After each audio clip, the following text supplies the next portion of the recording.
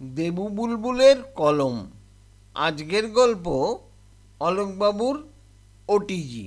রচনা ও ভাষ্যপাঠ দেবু আর বুলবুল। আমি প্রিয়াঙ্কা বলছি।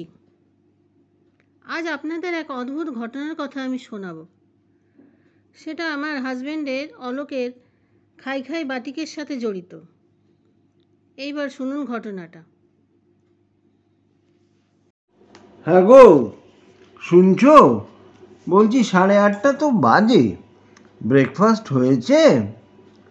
তুমি তো জানোই ডিনার আমি এত আর্লি করি যে সকালে তাড়াতাড়ি খিদে পেয়ে যায়। হ্যাঁ হ্যাঁ, এই তো দিচ্ছি এক্ষুনি। জানোই তো আমাকে একা হাতেই তো সব করতে হয়। তোমার তো সকাল হতে না হতেই শুধু খাই খাই। তা আজকে সকালে কি এমন পোলাও কালিয়া দিচ্ছ যে এত দেরি? বেশি বকো না তো, কী আর দেবো রুটি তরকারি ছাড়া? ও, আবার সেই এক জিনিস। আচ্ছা, বেশ কড়া করে 4 পিস বাটার টোস্ট তো দিতে পারো, তবে তো তোমার কোনো এক্সট্রা পরিশ্রম নেই। আচ্ছা, তাই দিচ্ছি।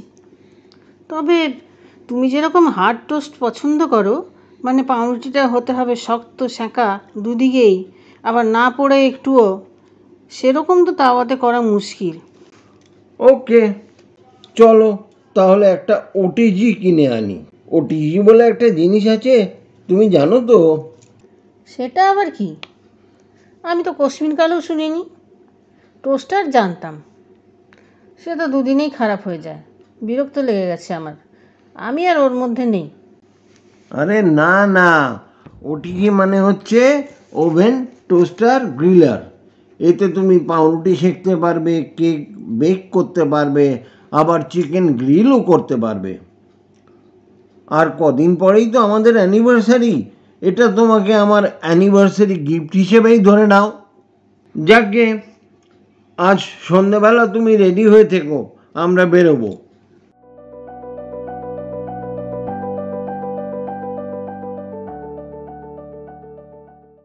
আরে, রাত্রি 8টা বেজে গেল। চলো চলো তাড়াতাড়ি। আমাদের বাড়ির কাছেই তো একটা সেক্টর মার্কেট আছে, চলো ওখানেই যাই তাহলে। ওখানে সাহা ইলেকট্রনিক্সের দোকানটা আছে না, সেটা তো তোমার পরিচিত। কার যেন?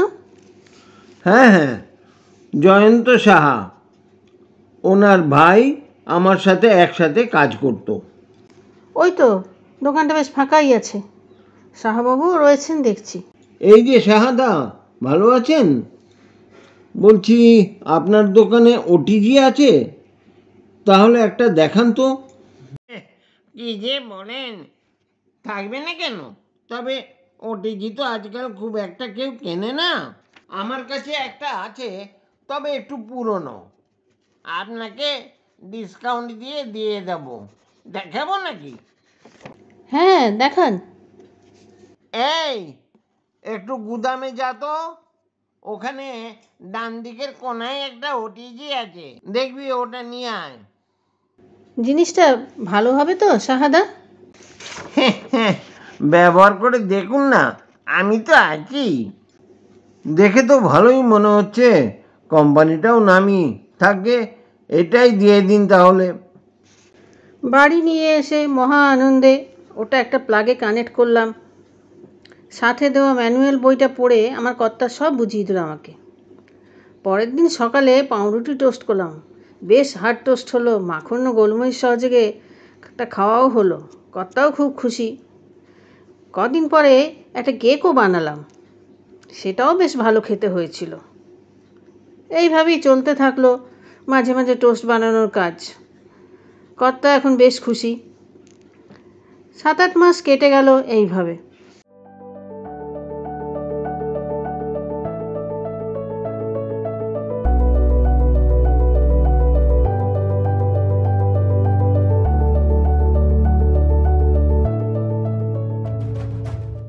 এই যে প্রিয়া, একটু এদিকে এসো তো। ও, তুমি এসে গেছো অফিস থেকে? বলো কি বলবে। জানো, আমাদের কোম্পানি থেকে সবাইকে ওটিজি দিচ্ছে। আমি ভাবছি যে আমি আর নেব না, কারণ আমাদের তো একটা আছেই। ও মা, নেবে না কেন? কদিন পরে তো এটা খারাপ হতেই পারে। অলরেডি গ্যারেন্টি পিরিয়ডও চলে গেছে। সেরকম হলে মেয়েকে দিয়ে দেবো ওটা, ওর নতুন সংসার। ওকে, কাল নিয়ে আসবো তাহলে। পরের দিন অলোক নিয়ে আসলো নতুন ওটিজিটা। এটা তো বেশ বড়, আর অনেক কিছু ফেসিলিটিও বেশি আছে এতে।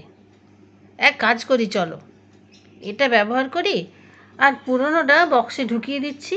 তুমি এই রান্নাঘরের ওই উপরের তাকটাতে তুলে দাও তো। দুদিন পরে আমরা রাত্রিতে শুয়ে আছি। রাত তখন আন্দাজ 12:30 হবে। হঠাৎ দেখি কিসের যেন একটা পোড়া পোড়া গন্ধ আসছে, রান্নাঘরের দিক থেকেই আসছে মনে হলো। আমার তো বেশ চিন্তা হলো। আমি ওকে ডাকলাম, এই শুনছো, শোনো না, একটা পোড়া পোড়া গন্ধ পাচ্ছ, রান্নাঘর থেকেই আসছে মনে হচ্ছে, তুমি একটু দেখবে? তুমি নির্ঘাত গ্যাসে কিছু চাপিয়ে রেখেছিলে, ভুলে গেছো তারপরে। আহা, ওঠোই না একবার। আচ্ছা চলো দেখি। এ কি, এত ধোঁয়া কেন রান্নাঘরে? গন্ধটা তো ওই পুরনো ওটিজিটার থেকে আসছে মনে হচ্ছে, কিন্তু ওটা তো বক্সে ঢোকানো আছে, কোনো ইলেকট্রিক কানেকশনও নেই। আশ্চর্য ব্যাপার। তুমি একটু নামাও তো দেখি ওটা। এ কি, এটা তো গরম কেন? ভেতরে 4 পিস ব্রেডও রয়েছে দেখছি, একেবারে পুড়ে কালো হয়ে গেছে। এইটা থেকেই গন্ধটা বেরোচ্ছিল, বুঝতে পেরেছি। তুমি এত কেয়ারলেস না, নির্ঘাত ওর মধ্যে ব্রেড রেখেই ওপরে চাপিয়ে রেখে দিয়ে। কিন্তু ওখানে তো কোনো ইলেকট্রিক্যাল কানেকশনই নেই, তাহলে ওটিজিটা গরম হলো কেন? যাকগে, এখন তোমার সামনেই দেখো, আবার সব পরিষ্কার করে দিচ্ছি, পরে আর বলতে পারবে না। এরপর আমাকে আর দোষ দিতে পারবে না তুমি আর। নাও, ওটা আবার ওখানে তুলে দাও। এরপর 3 দিন আবার বেশ ভালোই কাটলো।